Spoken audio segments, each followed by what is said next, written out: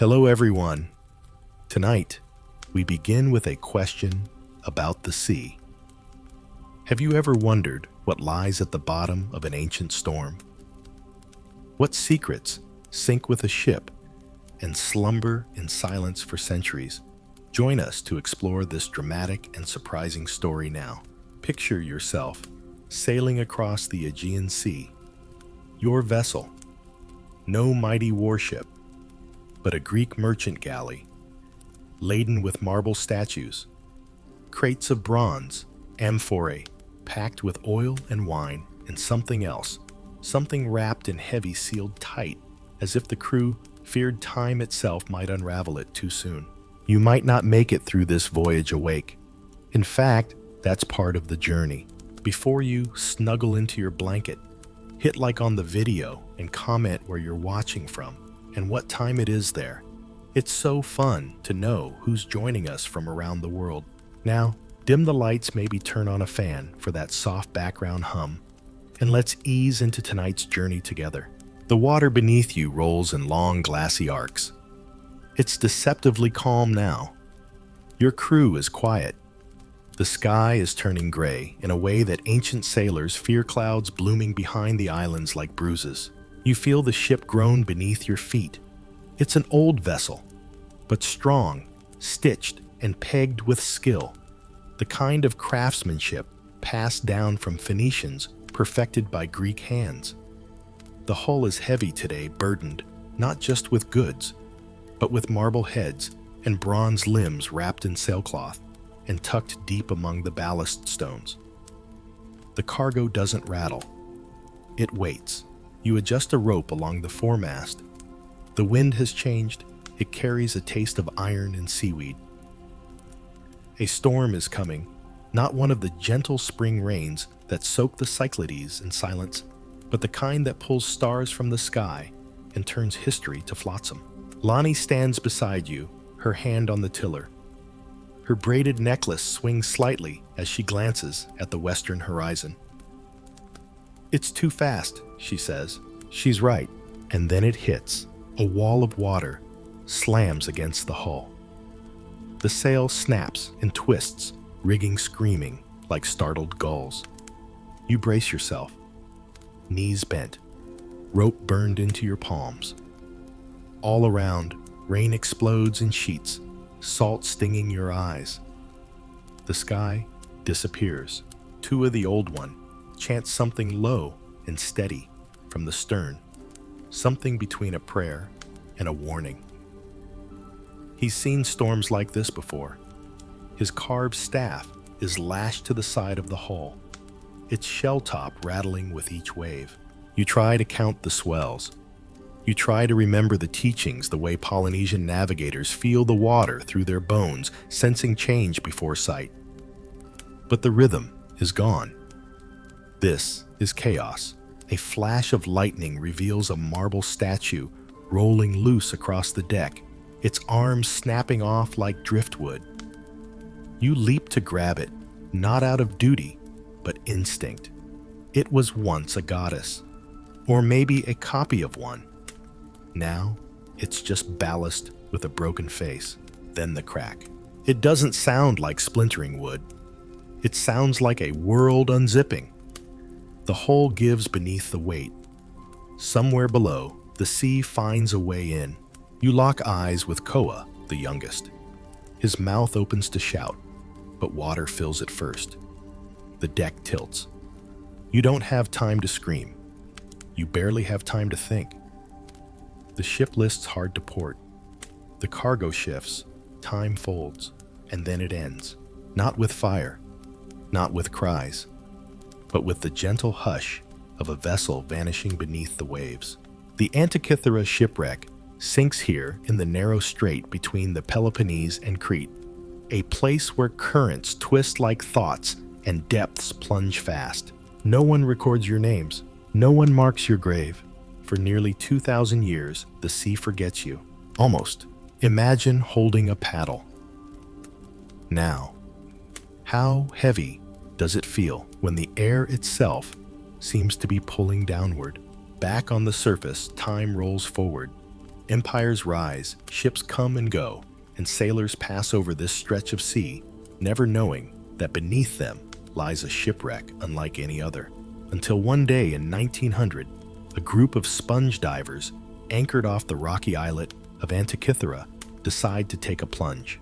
One of them, Elias Stadiatis, goes deep and finds not coral, not sponge, but a bronze arm reaching out of the sand. He surfaces too fast, gasping. His eyes are wide. His speech slurs. He talks of statues sleeping underwater. At first, no one believes him, but when they return with more divers, the sea begins to give up its memory. Marble torsos, bronze horses, amphorae coins, and beneath them all, something stranger. Something corroded, locked in green crust, its purpose hidden, its shape broken.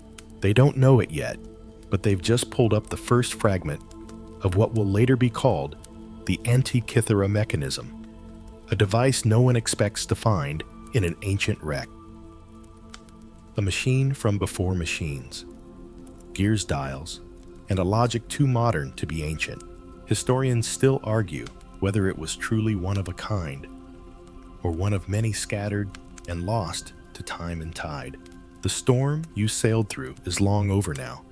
The water is calm again, but down below, beneath 150 feet of blue and pressure, lies the ship, silent, cradling its secrets, waiting for you. You swim, now not through water, but through time. It's the year 1900 again, and you're not on the ship anymore. You're wearing thick canvas and a copper helmet, the kind of diving suit that bellows with each step and makes your breath sound like wind in a cave. The water presses in on all sides, heavy and green and impossibly quiet.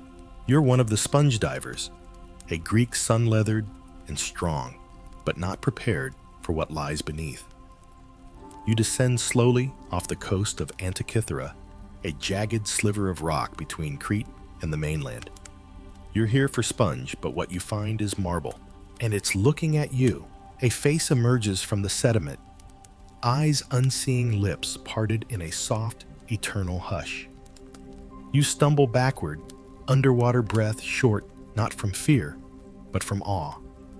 The statue isn't alone. It's part of a chaos of limbs, torsos, fragments of gods and mortals scattered across the seabed like pieces of a sunken dream. You rise too fast. The others say your eyes are wild, that you babble nonsense. But they believe you. And they dive next. What they find sends ripples far beyond this sleepy corner of the Mediterranean. Soon, the Hellenic Navy is involved. Then archaeologists. Then newspapers. The world above starts listening to what the sea has whispered for centuries. Imagine descending with them again. This time with purpose. You kick past silver blue fish and curtains of silt. The seabed is a mess of bronze and bone-colored marble. There's an amphora resting on its side, like it rolled to a stop yesterday. A bronze head hair curled in tight coils, eyes darkened with time. You pause mid-water.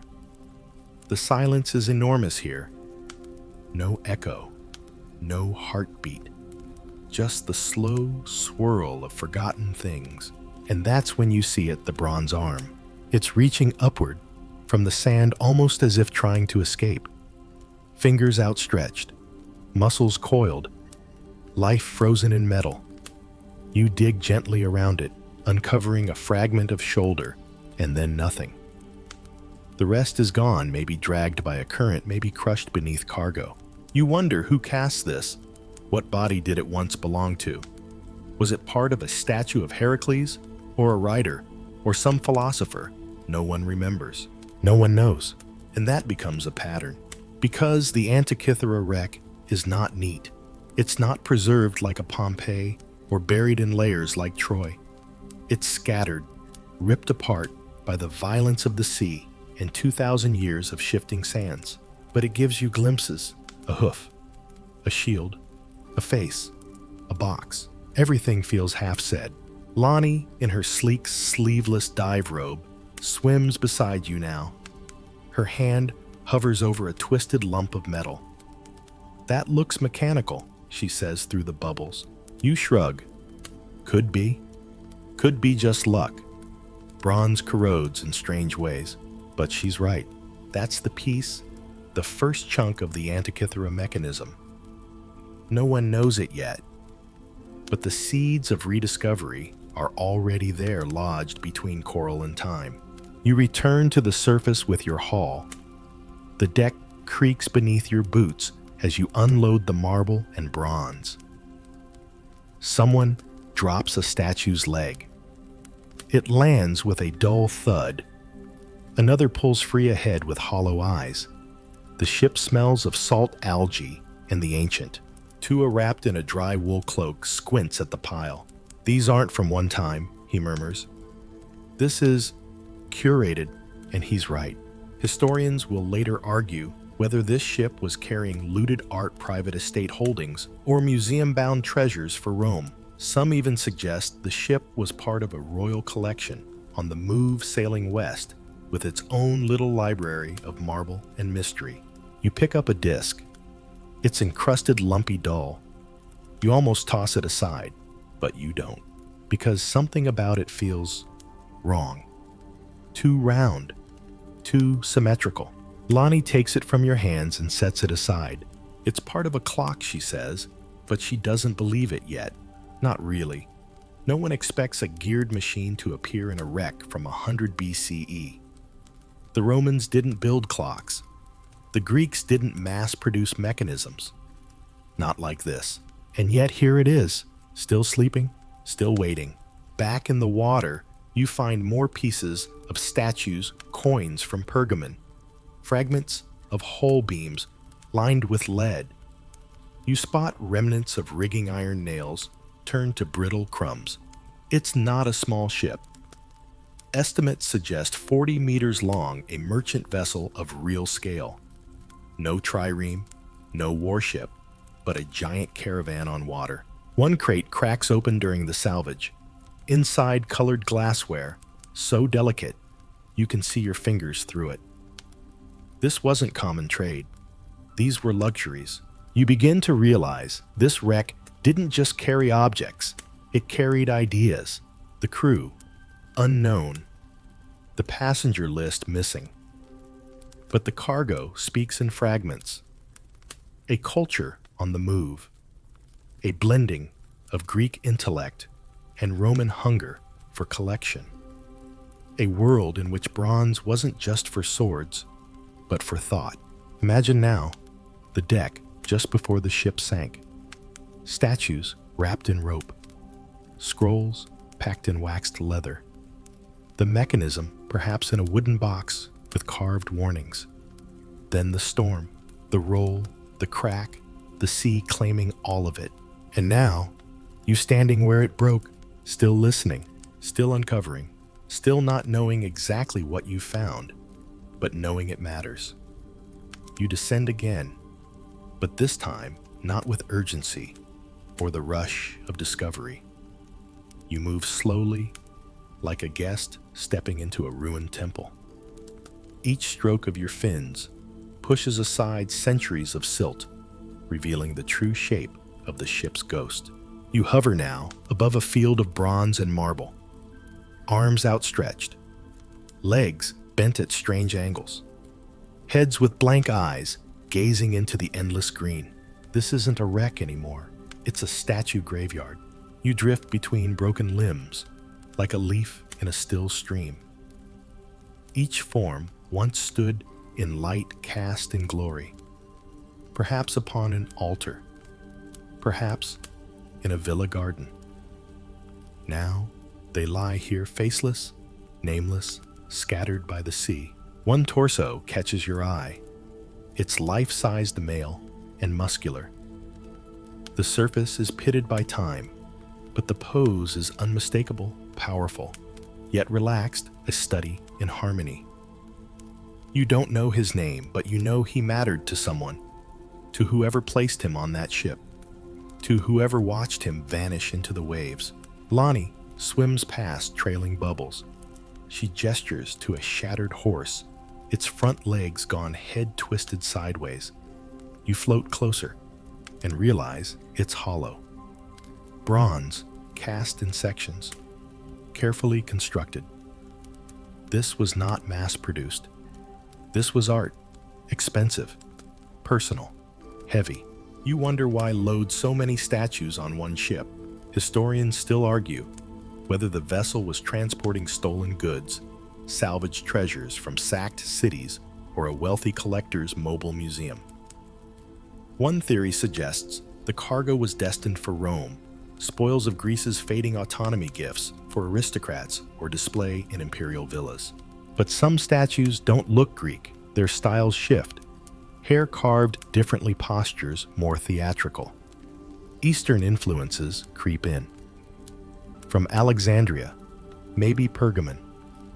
The ship may have visited many ports. Its cargo tells of cultural crossroads.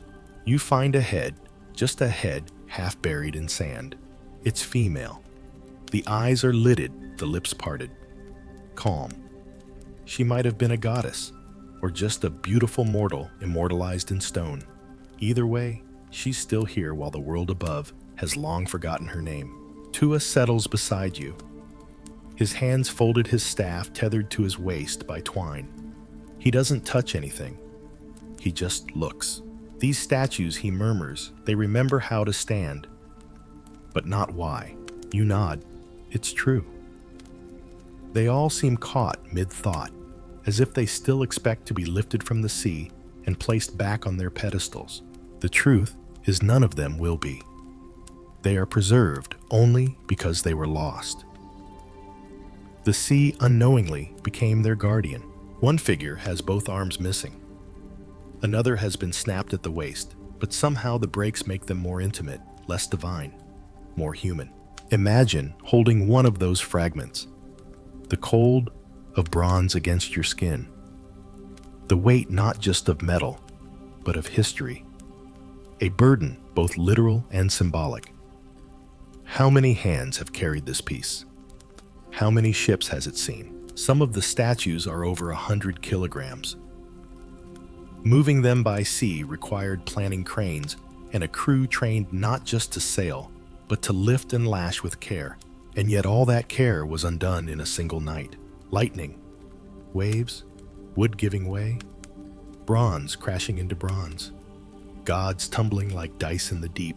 One of the divers once described the wreck site as a battlefield of statues. You can see why. Arms lie beside spears. Legs twist beside broken torsos. It's as if a pantheon fell not in war, but in weightlessness. But there's one statue that stands apart. It's headless, bent slightly forward, life-sized. Its feet still rest on a stone plinth half buried in coral.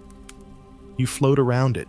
You sense its posture, subtle, grave, composed. Later, this statue will be raised and placed in the National Museum of Athens. Scholars will nickname it the philosopher, not because they know who he was, but because of the way he stands. Thoughtful, present, quiet. You imagine him watching as the mechanism was loaded. You imagine him toppling into the sea, still thinking. Lonnie rests beside the marble horse again. She runs a hand along its back. They weren't meant to be buried, she says. No, you agree. But maybe this way, they lasted longer. That's the strange thing about history. What we lose often lasts longer than what we keep. Back on the surface, the ship creaks under the weight of its haul. Divers lay the statues side by side like shipwrecked friends. Arms separated from torsos, heads placed on sandbags, all waiting for restoration, for names, for meaning. But down below, many still remain, too deep, too heavy, too entangled in reef. Modern archaeologists return again and again. New robots, new divers, and still new statues are found. In 2022, another bronze head was raised, a reminder that this site is not finished. That memory sometimes grows underwater. Tua taps the hilt of his blade against his palm. We'll never get them all, he says. Some are meant to rest. You agree, but you also know some are meant to speak, even if they no longer have mouths. As you rise slowly toward the light, the statue field fades below you, silent, eternal, endlessly waiting, like thoughts that never left the mind. You're back on the seabed again, and this time, your eyes aren't drawn to the grand, the statues, the arms, the fractured gods, but to the containers, the forgotten shells that once held the everyday. Because no ship sails only for glory. Some carry olives. You drift past a row of amphorae-tall, narrow jars with pointed bottoms and looped handles. Some are stacked, some scattered. A few remain upright, planted like sunken teeth in the soft seabed. Their clay surfaces are encrusted with barnacles and algae, but the shapes are unmistakable. You imagine the cargo hold before the wreck, rows upon rows of these jars packed tightly together with straw or cloth between them. Some were likely filled with wine, others olive oil, maybe even garum, a pungent fermented fish sauce that Romans adored more than you probably would. You pick one up. It's heavy with sand and thyme. Lonnie swims close, brushing away the sediment from a painted mark near the handle. Faded letters. Maybe a merchant's name. Maybe a place. Maybe a curse warding off bad luck. But that's not all this ship carried. You find glassware, next delicate colored, like sea foam. Bowls, cups, and flasks, some still intact, despite their plunge. You imagine how they shimmered when first blown, catching the sun's light through their twisted lips. Glass in the ancient world wasn't everyday stuff. It was luxury, especially blown glass. The Romans had refined the technique, but this looks Hellenistic. Ornate, precious, not far off. You see coins scattered like breadcrumbs.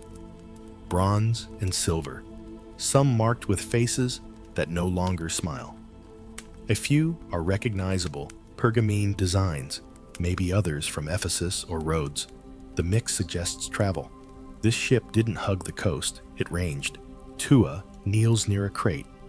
Its wood has rotted to a dark outline, but inside are small cylinders of lead. At first glance, they seem unremarkable, but then he lifts one and nods. Balance weights, he says. He's right. These aren't random scraps. They're part of a merchant's toolkit, used to weigh goods, assess value, ensure no one cheated the scales. Commerce, precision, trust. Not unlike your own world's quiet rituals of transaction, just older. As you surface for air and descend again, your path leads you toward the rear of the wreck, where the cargo grows stranger. There's something under a lattice of timbers, half-buried lumpy green with corrosion. You tug gently. The object doesn't want to move. It comes loose in flakes and creaks. But when it shifts into the light, you see it's not just debris.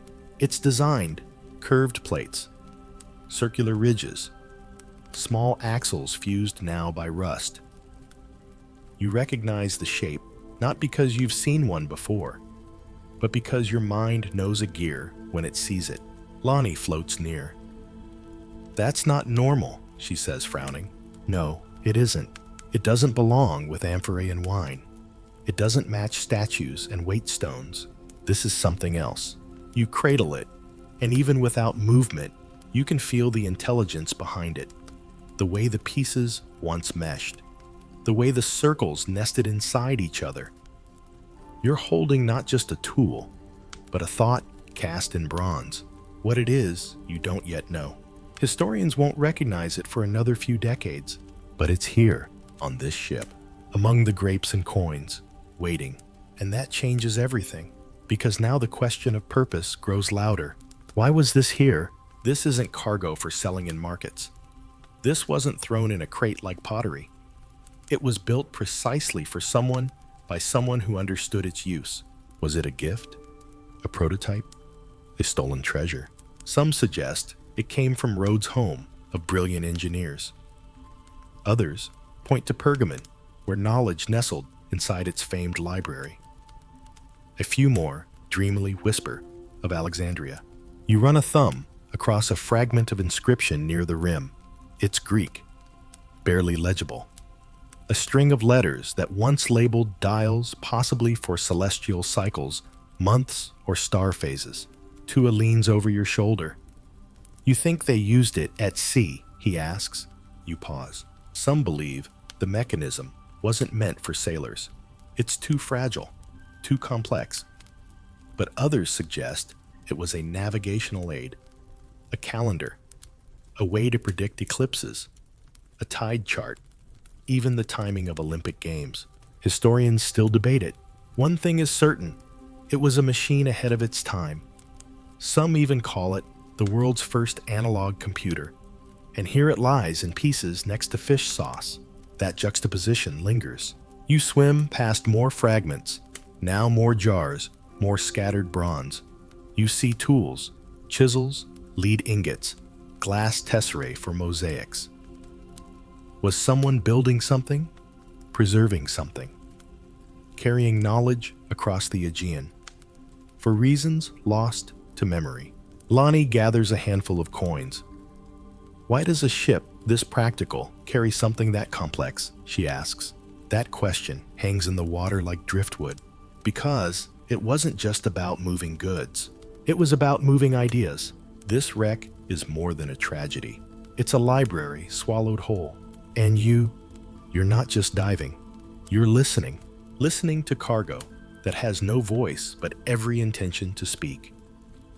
You surface slowly, the water thick with mystery, the sunlight fractured into golden ribbons above your head.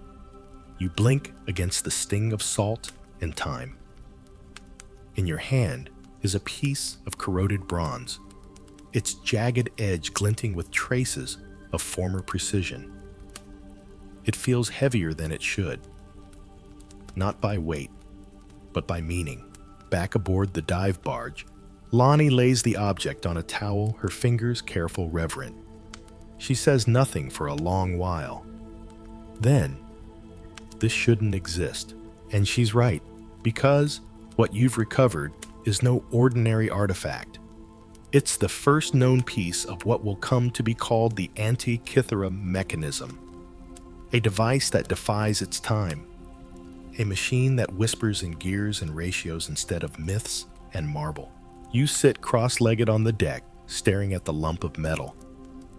On the surface, it's ugly, misshapen, green and brown, and crusted with centuries of sea life.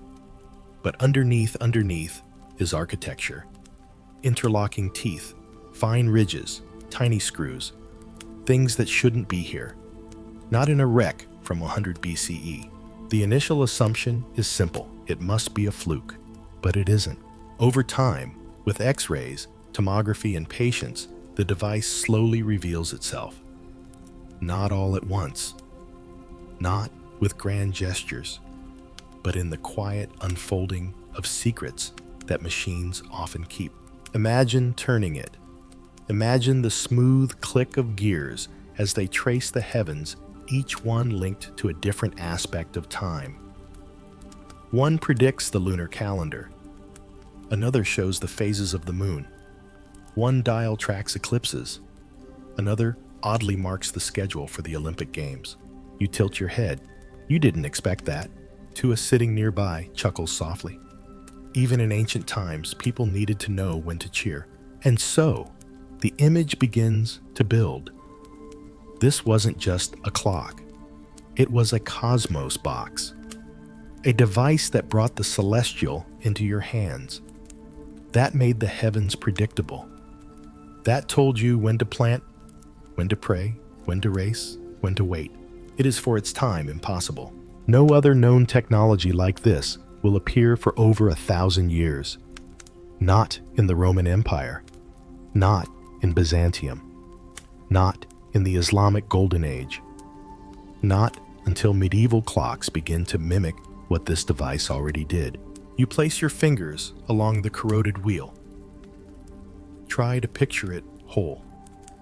37 gears inside. Some incredibly small, some large, all coordinated, all purposeful, and no one knows who made it.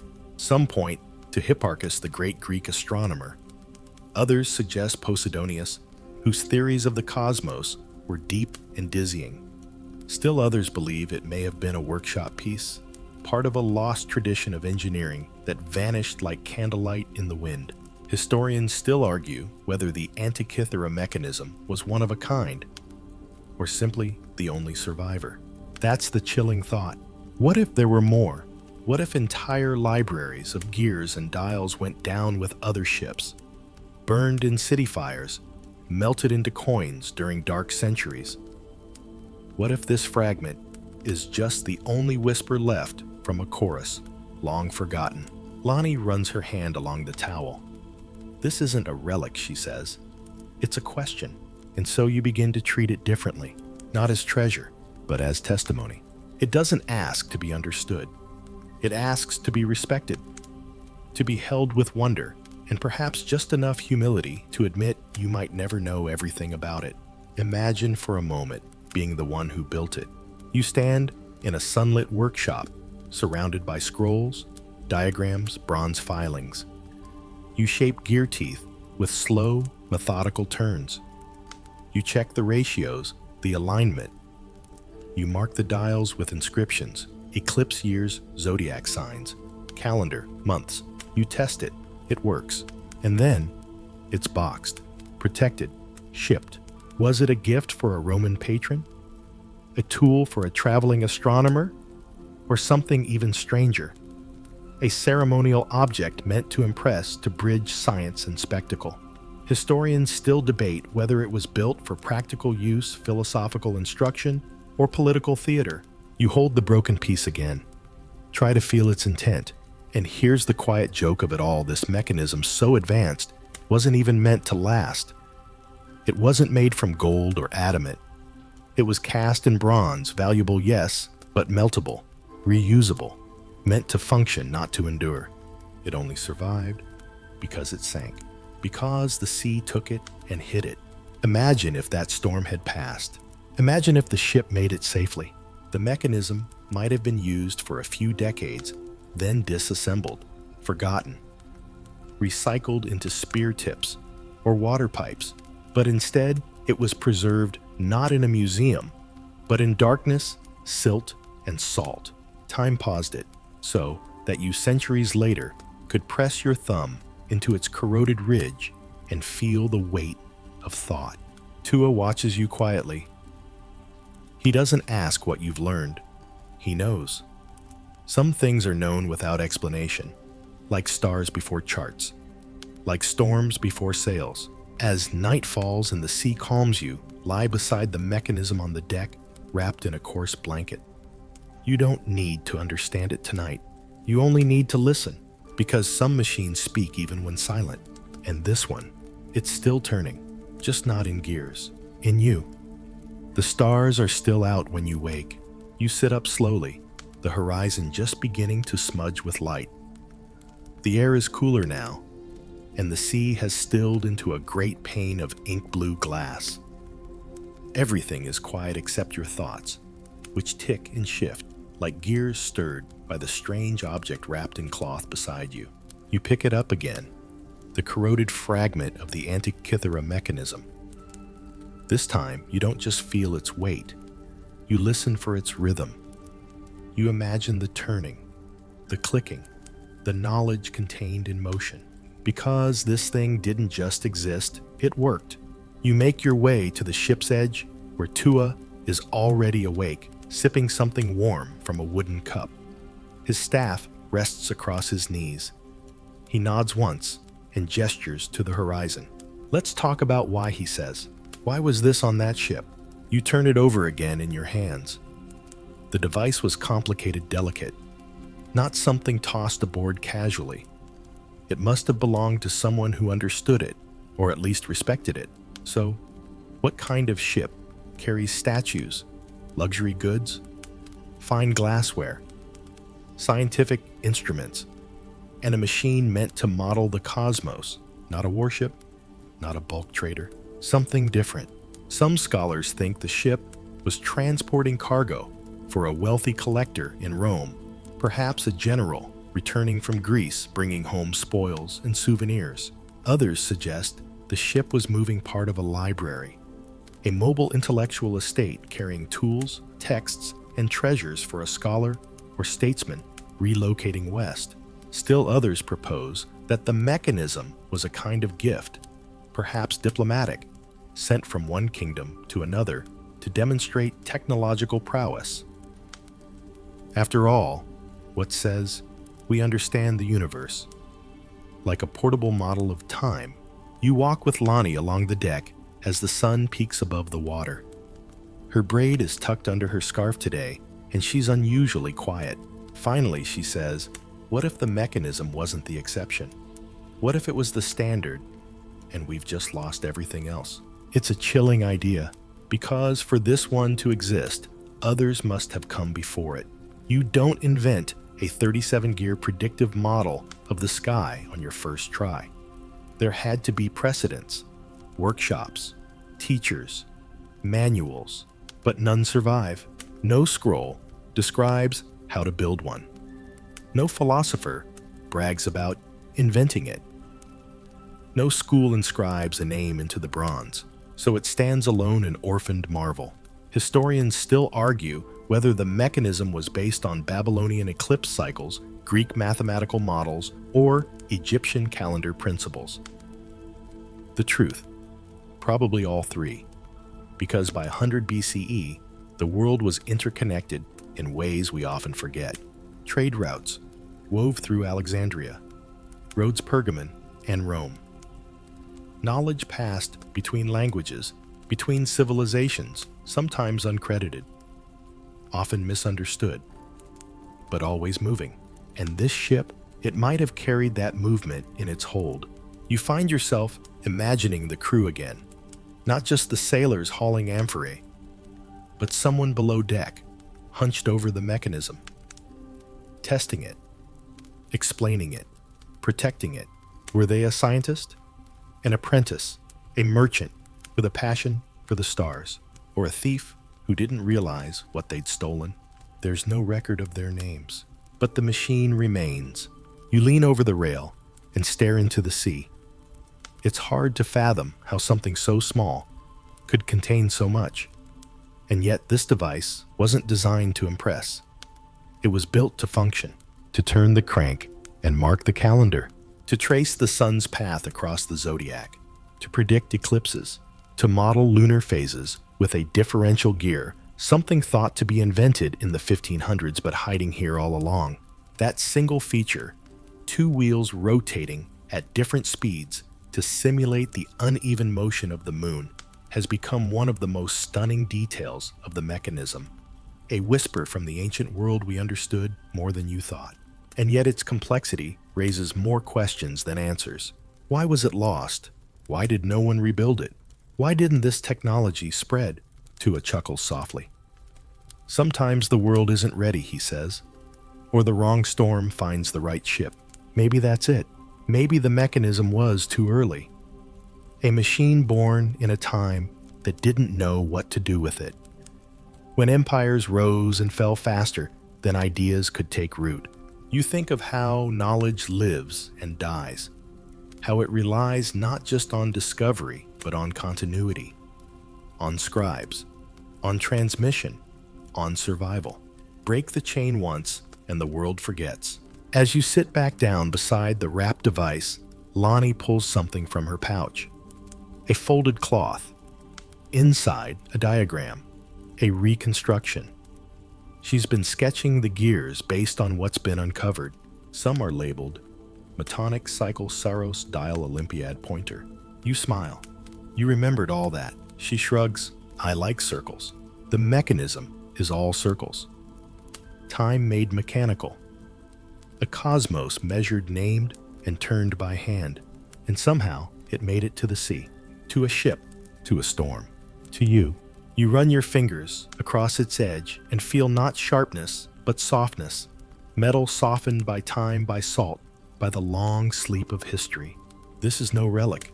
It's a survivor, still spinning, still waiting, still whispering to those who care enough to listen. You sit cross-legged in the belly of the ship, now the mechanism in your lap wrapped in sailcloth, to protect what little structure remains. Around you, the morning has stilled into a hush, and the sun filters through thin clouds like quiet gold. But you're not alone in your thoughts. The question hangs heavy in the air. Why was this machine on that ship? You turn the bronze in your hand slowly. The gears corroded, as they are still suggest movement. Purpose. A kind of intelligence that speaks across millennia, not through language, but through design. Lonnie rests beside you, tracing circles in the salt-sprinkled wood with one fingertip. It doesn't fit, she says. With the amphorae, the coins, the marble, it feels like it came from somewhere else, and it does. The statues were for pride. The amphorae were for profit. But this was for thought. Scholars have long wrestled with this riddle. If the ship was a merchant vessel, as many believe, why carry something so complex and fragile? Why risk it among wine jars and cargo nets? Some propose it was a philosopher's tool, perhaps belonging to a follower of Hipparchus or Archimedes. Something made for teaching, to model the heavens to students or aristocrats. Others think it was for navigation, a tool for calculating star positions, tides, or eclipses. But it's delicate, fiddly, and it doesn't quite match the needs of a sailor on a rolling sea. Still others point to diplomacy. Could it have been a gift? A showpiece of Greek intellectual prestige headed to Rome as a kind of trophy or olive branch? Historians still argue whether the mechanism's presence was intentional or incidental. Precious centerpiece or packed away curiosity. Tua enters the hold and sits without a word. He looks at the mechanism, then at you. You're asking the wrong question, he says. You raise an eyebrow. He nods toward the wrapped object. Don't ask why it was on the ship. Ask who it was meant for. The thought stirs something deeper. You imagine someone waiting in Rome, or Pergamon, or perhaps even a shipwrights guild in Alexandria. Someone wealthy, or curious, or both. Someone who believed the stars could be modeled by hand, who looked at time not as fate but as machinery. You picture them pacing a dock, wondering why the shipment is late, not knowing the storm has taken everything, not knowing their device now sleeps in silt and shadow. And maybe they weren't just waiting. Maybe they'd seen it work, touched it, turned its dials, watched a gear mimic the moon's dance in the sky. The machine was not theoretical. It was functional. You run your thumb along a rusted edge and feel it catch. You remember that the front dial once showed the zodiac. The back, a pair of spirals, one tracking the Metonic cycle, a 19-year pattern of lunar phases. The other, the Saros cycle used to predict eclipses. That alone is staggering. Eclipses are tricky. They don't follow a simple schedule. They require knowing the moon's orbit, the Earth's tilt, the subtle math of shadow. Yet this device modeled it mechanically, without batteries, without quartz, without silicon, just gears, hand-cut, fitted together like logic made solid. You try to imagine the mind that built it, someone who didn't think like everyone else, who saw the heavens not as chaos or divine whim, but as a system, who believed that if you looked long enough, if you counted and charted and turned and returned, the universe would reveal a pattern. Lonnie whispers, like knowing which wave will come next. You smile. Yes, it's like Polynesian navigation, not based on sight, but on rhythm. Sensing change in the wind, the shape of swell, the twitch of a sail. Not prediction, not control, but understanding. The mechanism is that same idea cast in bronze. It's a navigator's dream turned into rings and teeth. But who used it? And more pressingly, why don't we know of more like it? That might be the darkest mystery of all. Because the Greeks left behind texts, scrolls, debates. They wrote about everything: music, ethics, cooking, war. But no one describes the mechanism, not even the engineers, not even the astronomers. It's like they all agreed to keep it a secret, or they didn't think it needed writing down. Maybe they assumed everyone who mattered already knew. And then the workshop burned, or closed, or faded. The scrolls mildewed, the students scattered, the chain of knowledge snapped. You exhale slowly. This is what loss looks like. Not sudden, but gradual. A whisper growing quieter with each generation, until one day no one remembers what the whisper meant. You close your eyes. Imagine standing on the deck just before the storm, the device tucked in its crate. A crewman glancing at it, puzzled. Maybe someone reaches out to turn it once. Just once. Then the rain comes, the tilt, the cry, the sea, and time swallows the rest. Only now, centuries later, do you lift it again. Only now do you hear its ticking, not in sound, but in memory. Not a machine, a message, not of power, but of wonder. And someone, somewhere, once knew how to build it. The wind has picked up slightly by the time you step back onto the deck, but the sky above is wide and clear, the kind of blue that looks almost invented. The sea is calmer too, its surface only dimpling slightly, as if even the waves are curious now, as if they're waiting to hear what you'll discover next. You settle on a folded tarp beside the coiled ropes, the wrapped mechanism resting beside you like an old, stubborn cat. The others are nearby. Lonnie's braiding a fresh cord with quiet focus, and Tua is humming something low and wordless while watching the horizon through half-lidded eyes. You lean back and breathe, and the questions come again, this time from another angle. Who owned this cargo? Not just the mechanism, but all of it. The statues, the coins, the amphorae of oil and wine, the glass flasks and lead weights. The marble heads that now rest in museum halls, blinking blankly through the centuries. Because this wasn't a load of bulk grain or timber. This was curated, intentional. Imagine the person or people who packed that ship. They didn't just haul merchandise. They chose, they selected. They wrapped sculptures in canvas stacked glass between straw, arranged amphorae like puzzle pieces. They made room for a bronze device with tiny gears, possibly the only one of its kind in existence. It speaks of wealth, yes, but not just gold ring wealth. Intellectual wealth. Taste, curiosity. Scholars have proposed that this cargo may have belonged to a powerful Roman, perhaps someone from the elite houses of the late Republic. Lucius Calpurnius Piso, maybe, or one of Sulla's patrons, or someone even less known, a learned merchant, a Hellenistic collector on a private mission.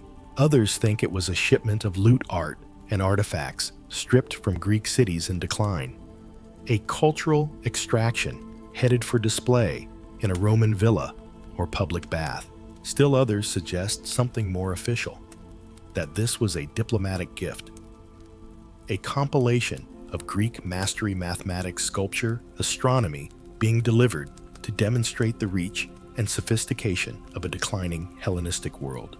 But the truth is likely somewhere between all of those, because the Antikythera Shipwreck carries more than objects.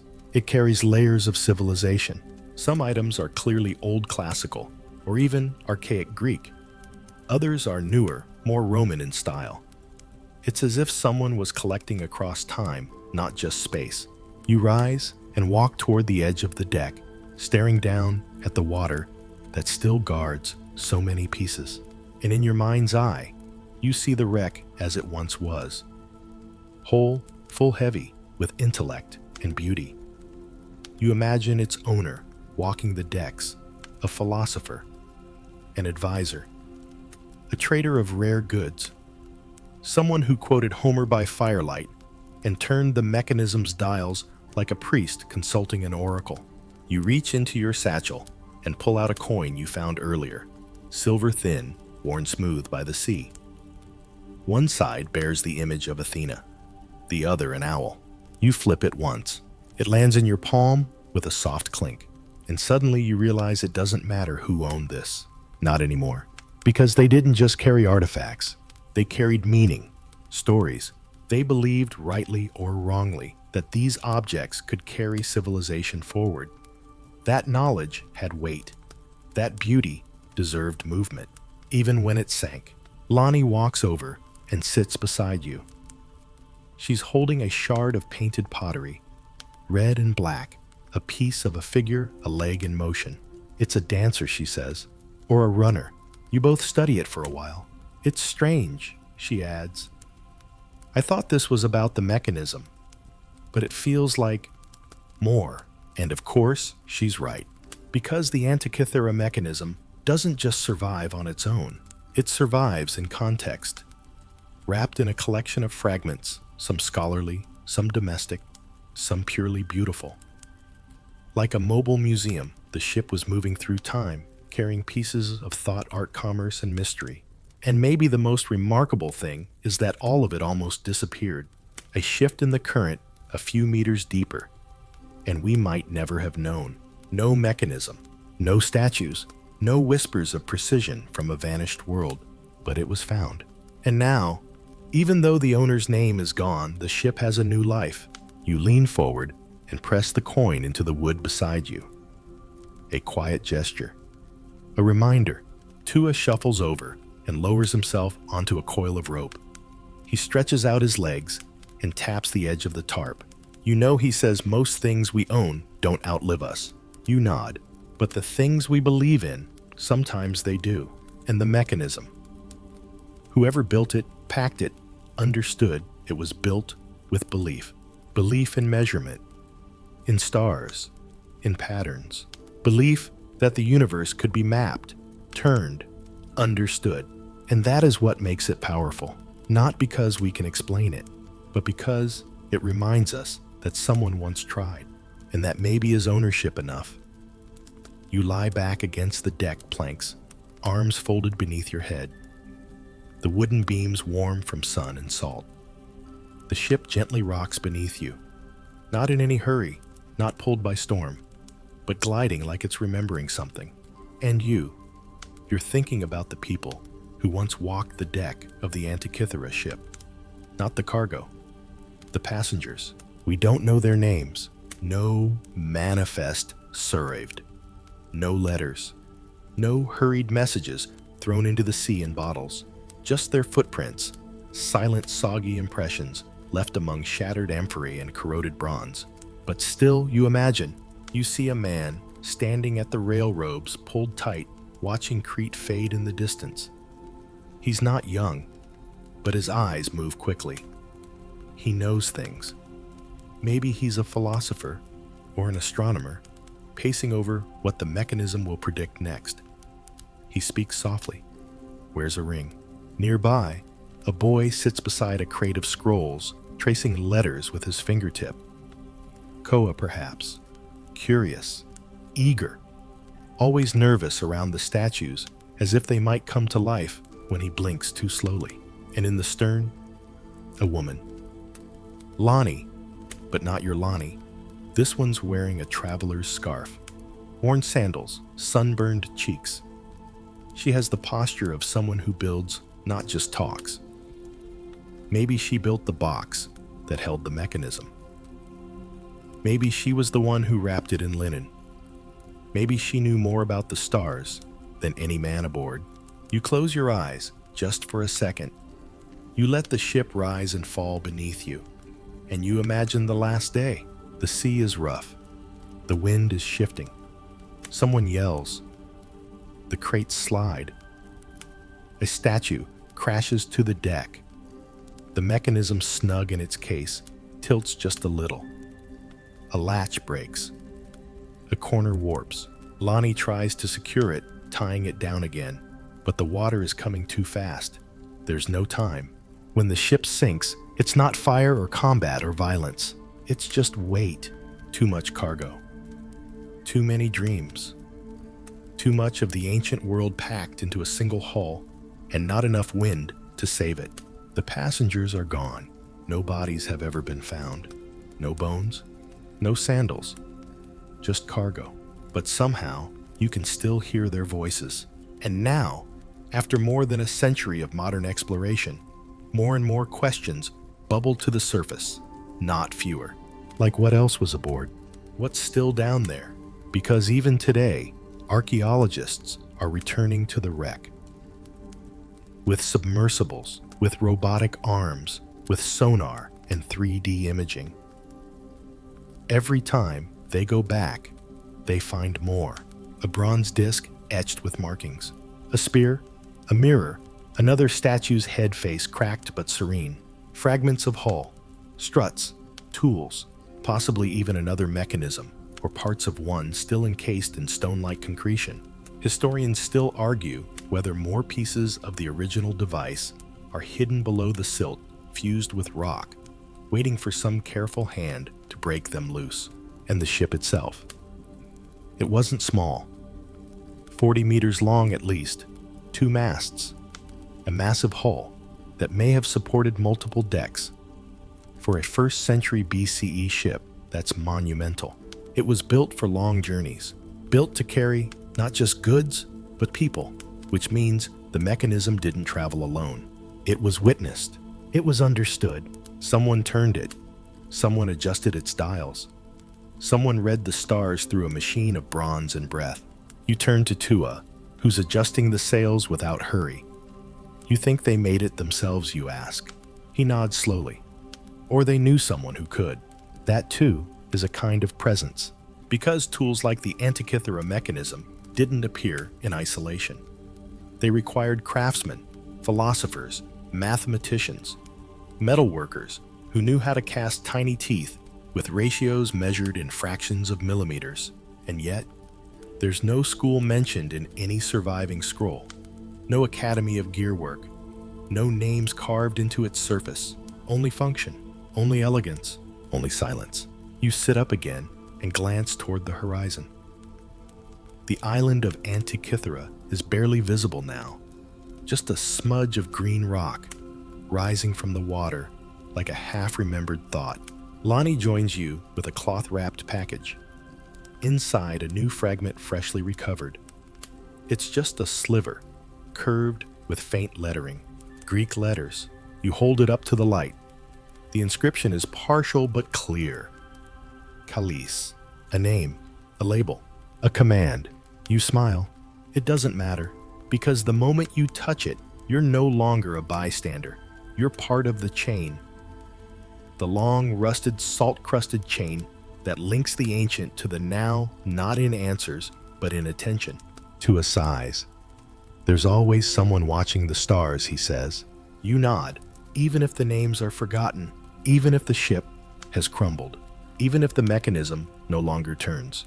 The idea survives, and it still hums softly beneath the waves, waiting.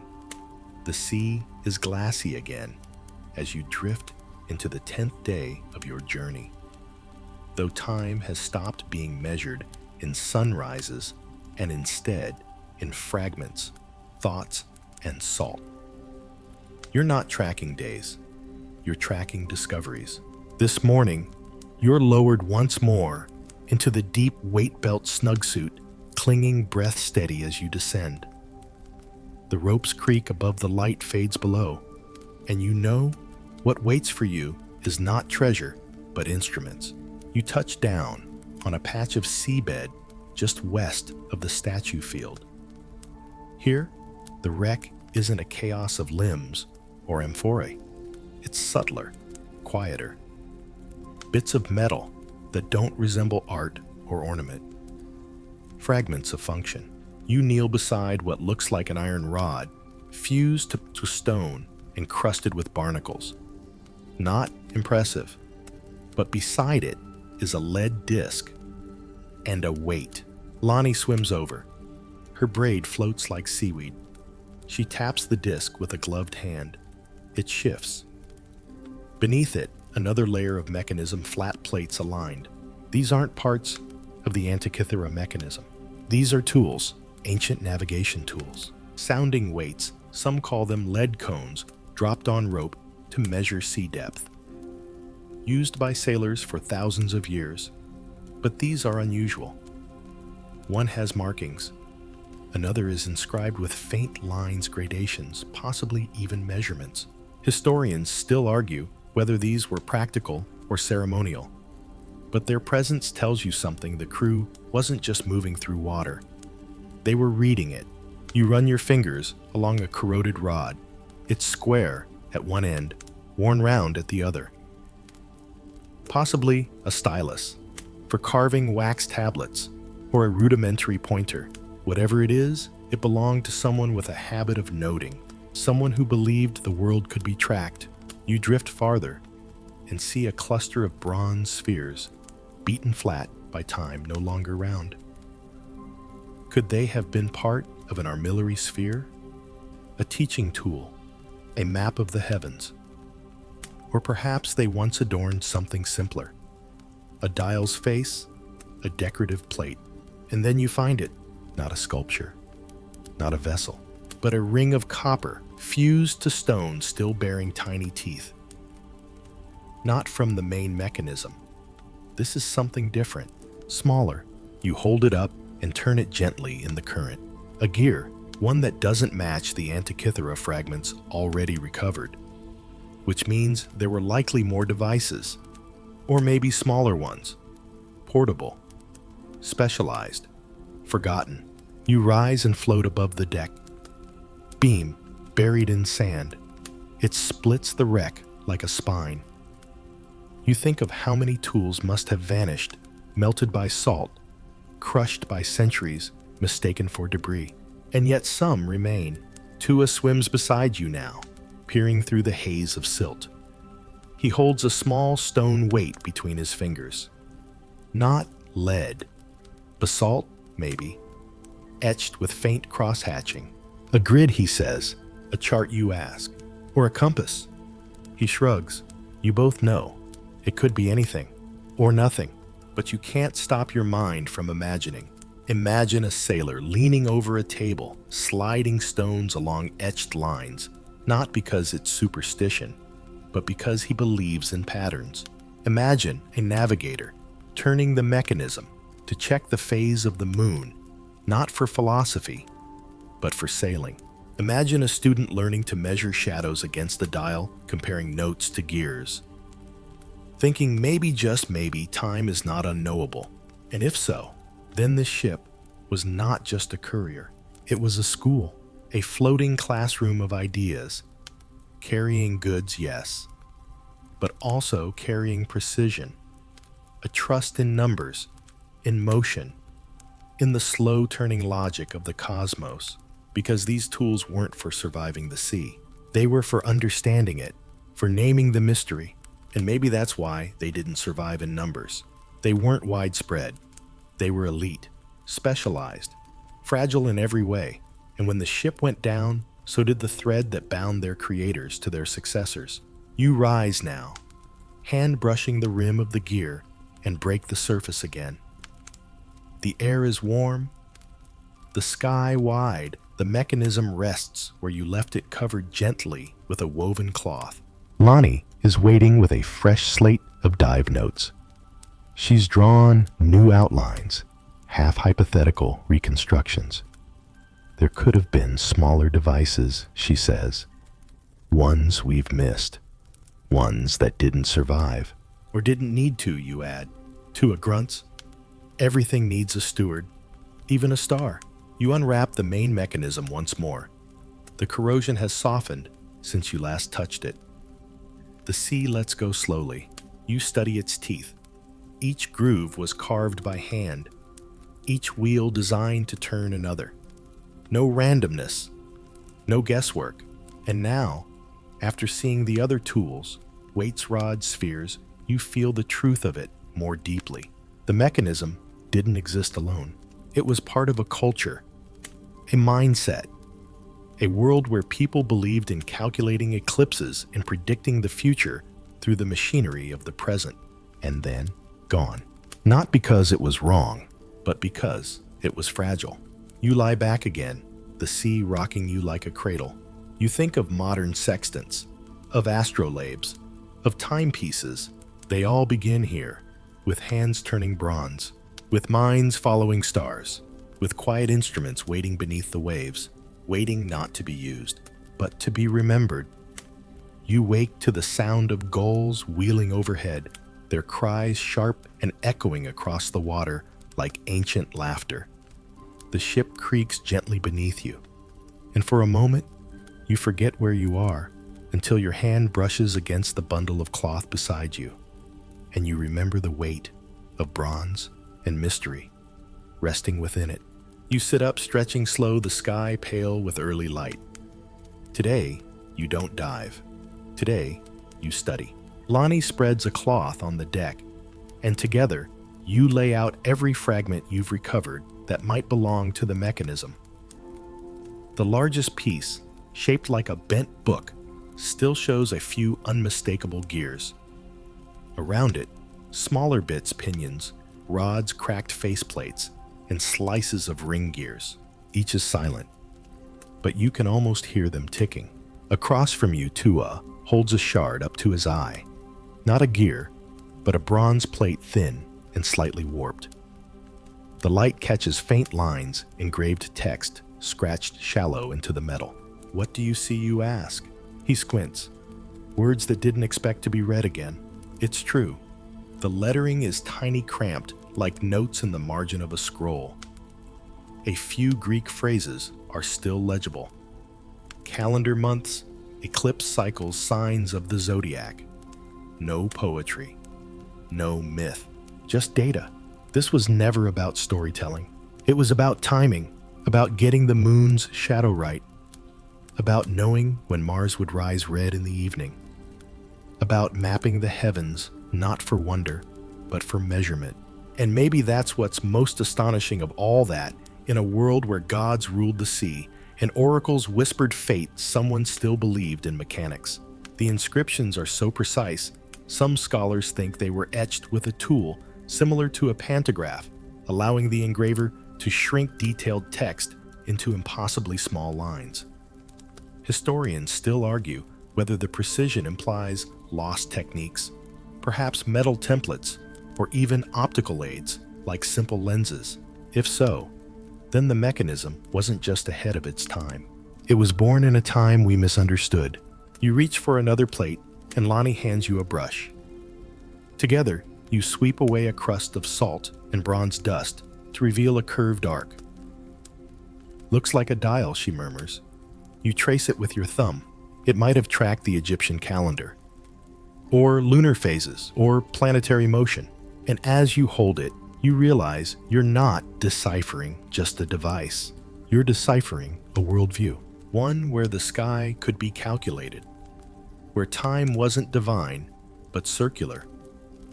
Gears turning within gears. Repetition. Repetition. Repetition. You pause and look out to sea. The waves keep returning, just like the stars. And suddenly, you understand. This wasn't just a machine. It was a model of belief, not in gods, in patterns. You pick up a fragment shaped like a sliver of moon. You turn it. Imagine how it once rotated through its slot, marking waxing and waning, pulling tides, counting months. You imagine the person who built this part adjusting gear ratios to match the anomalistic month, the time between two lunar perigees, just over 27.5 days. Who knows that? Who cares? Apparently, someone did. Enough to carve the difference into a wheel. Enough to nest that wheel into a machine. Enough to teach someone how to use it. And enough to pack it onto a ship and hope. The more you study it, the more human it becomes. Not perfect, not magic, just meticulous, like a carpenter's best cabinet, a weaver's finest loom, a navigator's last best chart. You find yourself thinking about the idea of forgotten knowledge, not the fantasy of lost cities or hidden libraries, but the quiet kind, the kind that slips through the cracks when a student doesn't show up, when a scroll goes unread. When a craftsman dies before he can pass on a trick of the file, a trick of the tooth, you ask Tuado. You think they knew they were the last? He shakes his head. No one ever does. And that may be the saddest thing of all. Not that the mechanism was lost, but that it was never replaced. You stare again at the fragments, each one a whisper, none of them whole, and yet together they speak. Not in sentences, but in shape. You look down at the main piece, the one with the largest gear still partially intact. It sits like a broken clock, stopped just short of its next tick. You imagine the moment it was last turned, maybe by its maker, maybe by the last person to carry it, and then silence. Until now, you brush it gently with your sleeve, not to clean it, just to say I see you, because that's all the mechanism ever asked for, not to be solved, just to be seen. And you're doing that now, piece by piece, tooth by tooth, shadow by shadow. The afternoon sun hangs low over the sea, painting the water in long strokes of gold and pale green. You sit on the edge of the boat now, feet dangling above the surface, and behind you, the pieces of the mechanism are laid out in a careful circle, like a meditation mandala of bronze. You feel the weight of the day, of everything you've seen held turned over in your mind. Not just fragments of metal, but fragments of thought. Pieces of a conversation started 2,000 years ago, and only now being heard again. You lower your feet into the water. It's cool just enough to sting, just enough to wake you gently. And you remember something Lonnie said a few nights ago. The ocean doesn't forget. It just waits. That's what the mechanism was doing, waiting. And while it waited, the world moved on. Empires rose. Languages died. Calendars changed. And no one rebuilt what had once spun so cleanly in a wooden box tucked deep inside a doomed ship. Still, people tried. Over the past century, since the discovery of the Antikythera wreck, scholars, engineers, artists, and dreamers have all attempted to recreate the device. Some with brass, some with code, some with cardboard and rubber bands, like children trying to recreate a galaxy from scraps. And what they found, again and again, is this. It works. Even today, when recreated, the gears turn smoothly. The dials move. The predictions line up. Eclipses, moons, calendars, all ticking forward as if no time has passed at all. And yet, even with all the reconstructions, we still don't fully understand it. There are parts missing, sections of text eroded, wheels no longer aligned. Historians still argue whether the mechanism showed the motion of all 5 known planets. Some say yes, pointing to fragments of dials and inscriptions referring to Mars, Venus, Mercury, Jupiter, and Saturn. Others say no, that we're reading too much into too little, that what we see is only suggestion, not proof. But what if that's part of the story? What if the mechanism was unfinished? What if the version you hold now is version 3 or 37? What if the ship carried not the original, but a prototype or an improved model or a student's version? It would explain the mismatched gears, the damaged sections, the feeling you get when holding it not of perfection, but of process. Because innovation isn't always about getting it right the first time.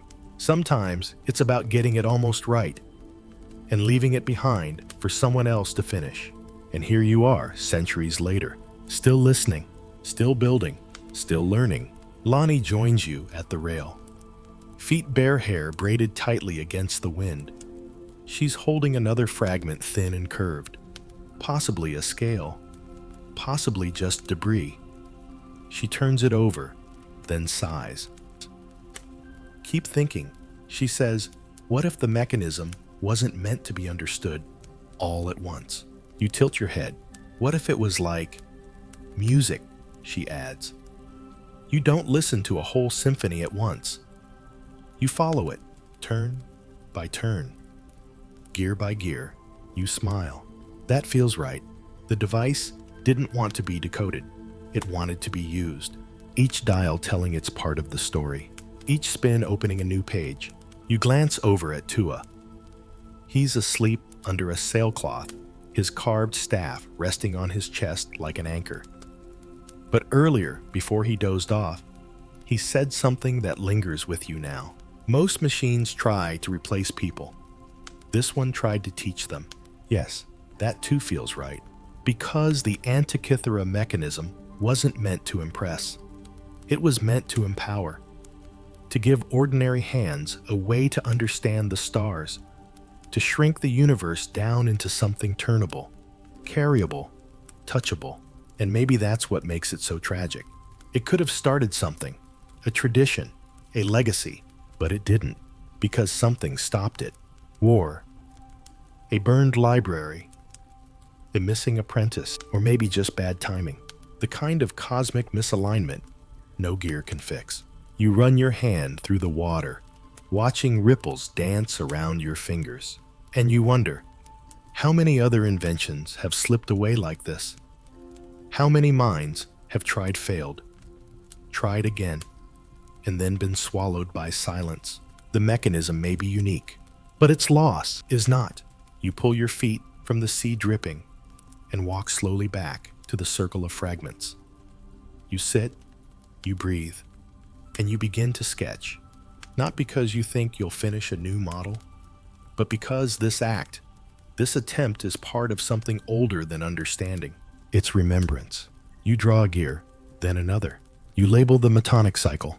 You guess at the tooth counts. You smile when something lines up. You frown when it doesn't. But you keep going, because that's what the mechanism asks. Not that you solve it, only that you listen to its silence and keep turning. The wind comes in slow gusts, now brushing across the deck with the softness of breath. And you sit, surrounded by sketches and fragments, gears and guesses. The sun leans low over the sea, and everything around you has the hush of something about to settle in for the night. You're thinking about how the ship sank, because that question, like the mechanism itself, has never been fully answered. You rise from the planks and walk toward the bow, eyes following the horizon. The island of Antikythera is no longer in sight, but you know the wreck lies down there, still tilted, broken, encased in layers of rock and coral and sediment. You can feel it somehow, like a heartbeat beneath the hull. So what happened? Some believe the ship was caught in a storm, much like the one you imagined at the start of this journey. Wind, swell, bad timing, heavy cargo. That's the simplest answer and the most likely. The Aegean is known for its sudden tempests. One minute, the water is glass, and the next it's tearing at sails and snapping masts like twigs. A vessel that size loaded with bronze, marble, and clay would have been top-heavy, hard to maneuver, easy to capsize if the sea demanded it. And yet, there are oddities. The cargo isn't strewn the way you'd expect in a violent wreck.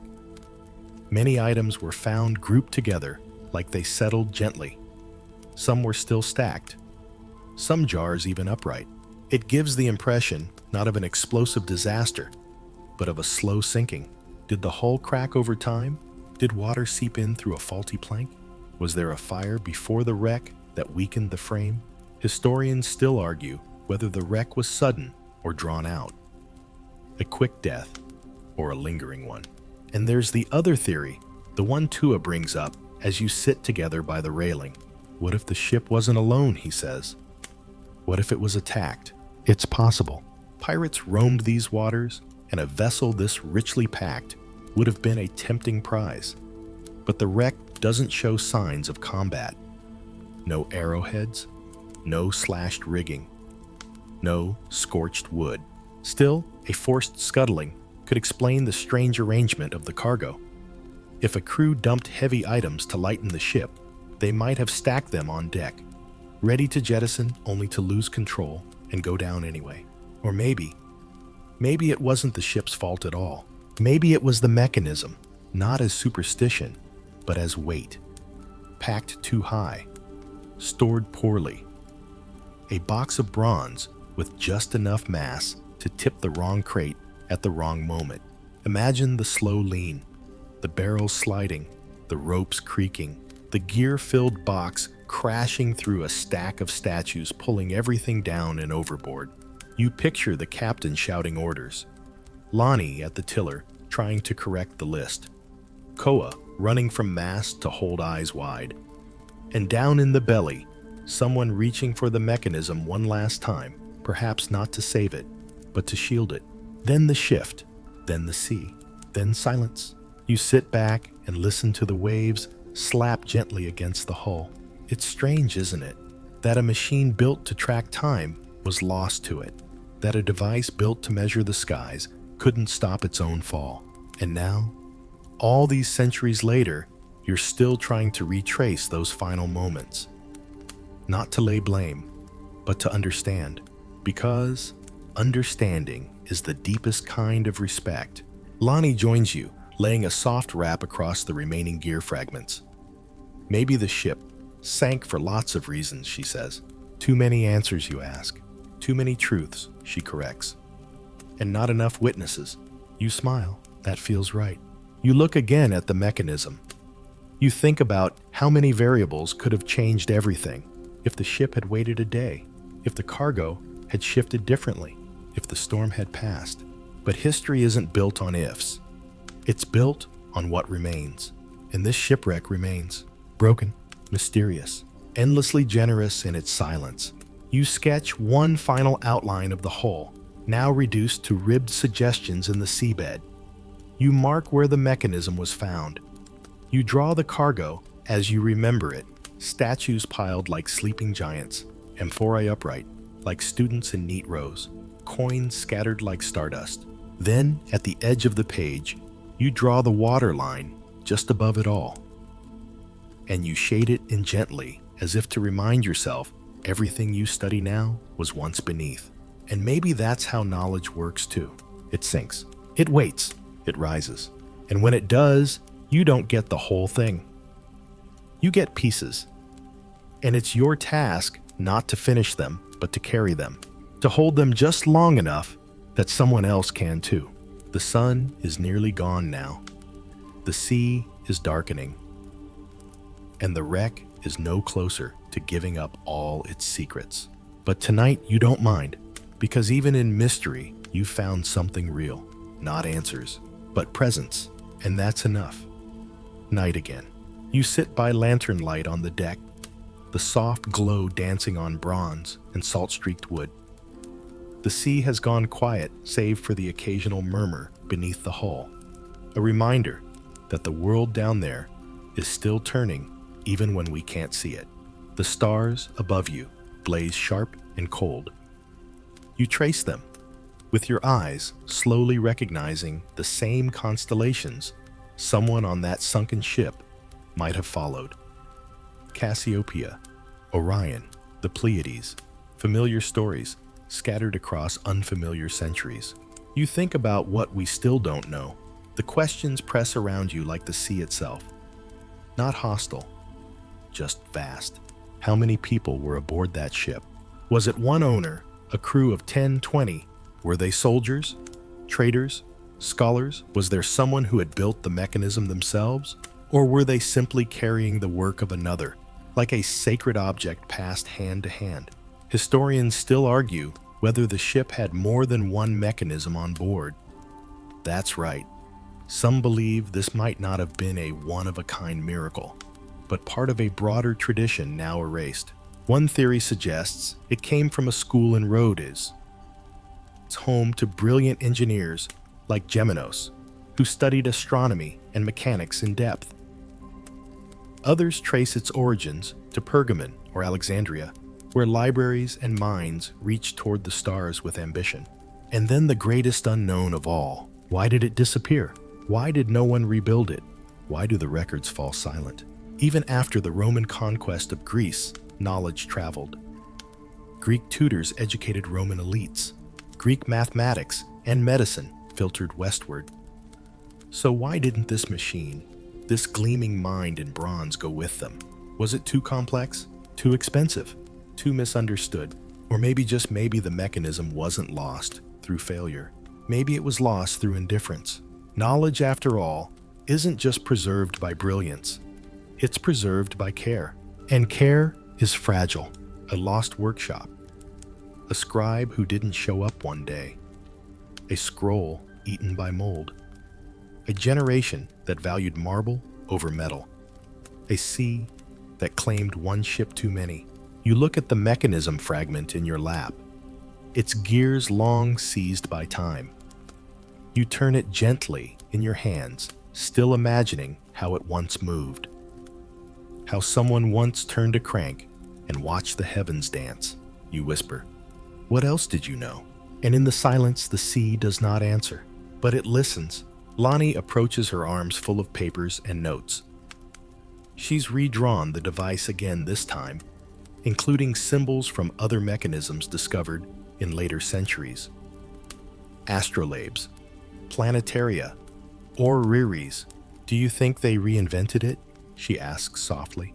In Persia, in Baghdad, in Byzantium, maybe even in China. Maybe, you reply.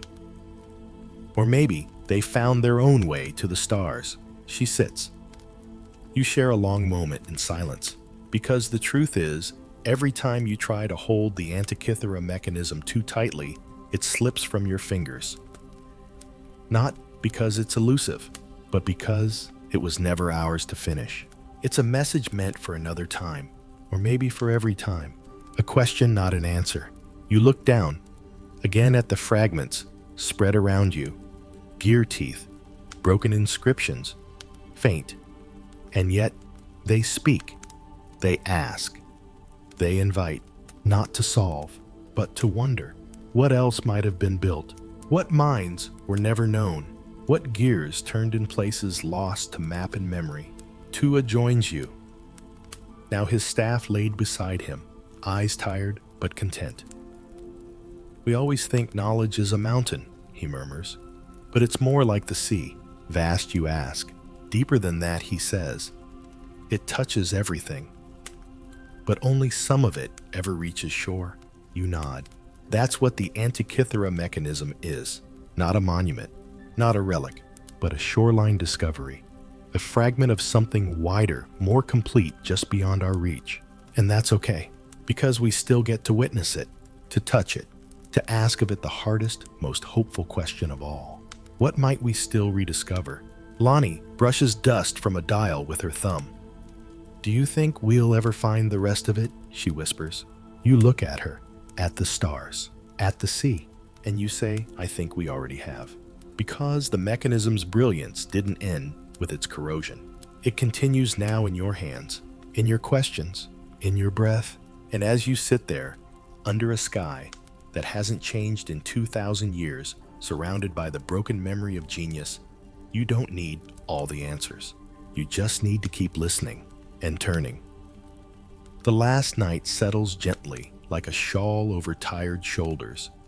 You sit by the ship's edge, the mechanism's fragments arranged in a semicircle around you, some cradled in cloth, others laid bare to the air.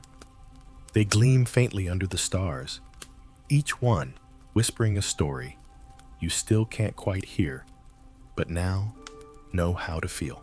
You've traced their lines, you've turned their gears, you've imagined the hands that built them, the minds that charted lunar cycles, not in stories, but in metal. And now you feel the journey closing, not as an ending, but as a kind of quiet return. You lean forward, elbows on knees, and take a long breath of sea air. The wind is still, but the world is moving, always moving, like a gear. You remember your first descent, brushing silt from the bronze arm, watching broken statues emerge from shadow, like old gods trying to remember who they once were. You remember lifting the first piece of the mechanism, just a green crust, dull and lifeless, only to feel it hum in your hand, once cleaned, once studied. A vibration not of sound, but of intent. You remember Koa's nervous laughter as he spotted his first amphora. Lonnie's brow furrowed as she tried to reimagine ratios in her sketches. Tua's staff tapping gently against the hull, like a heartbeat you could follow. And all the while, the mechanism sat silent, but not lifeless. It watched you, not with eyes, but with structure. It didn't ask to be revived. It asked to be remembered. And now you will. You'll remember that it wasn't alone, that it was carried by sailors and scholars tucked among scrolls and glass protected not because it glittered, but because it mattered. You'll remember that it didn't survive in gold or marble, but in function, a form of reverence without display. A machine meant to work, not impress. You'll remember that it modeled the heavens, but also modeled something simpler, human hope. That we might understand the sky, not just watch it. That we might read time like a book, not fear it as a god. You touch the largest gear again, thumb tracing the arc of a broken tooth. You won't fix it, but you'll carry it, just like others have, because the mechanism isn't just what it was. It's what it continues to be. A mirror, a riddle, a rhythm. You stand, and together with Lonnie and Tua, you wrap the pieces once more, not to seal them away, but to honor the shape they still hold. You pack your sketches, fold your notes, secure the smallest fragment in a pouch near your chest, and then you wait for the sun. It rises slowly, washing the sea in gold. You hold the mechanism one last time, and this time, you don't look for what's missing. You look at what remains. A broken box of brilliance, a tool for seeing time, a reminder that genius often works in silence, and sometimes the loudest minds are the ones whose voices we'll never quite hear. And in this soft morning light, it all makes sense. The wreck, the silence, the rediscovery, not as accidents, but as echoes. Echoes of people who turned gears not to be remembered, but simply to understand. And now you've joined them. Thank you truly for joining me through every emotion, every turn, every moment of this journey. It's been an adventure, and I'm grateful to share it with you. As we close this tale, I wish you a peaceful evening. May you have a restful night, deep sleep, and dreams filled with wonder and light. Rest well, you've earned it. And when you're ready for the next story, I'll be here waiting to journey with you again. Before you go, if you loved this tale, please leave a like and share your thoughts in the comments. I'd love to hear what moved you, surprised you, or lingers with you long after the story ends. Until we meet again, good night, and see you in the next adventure.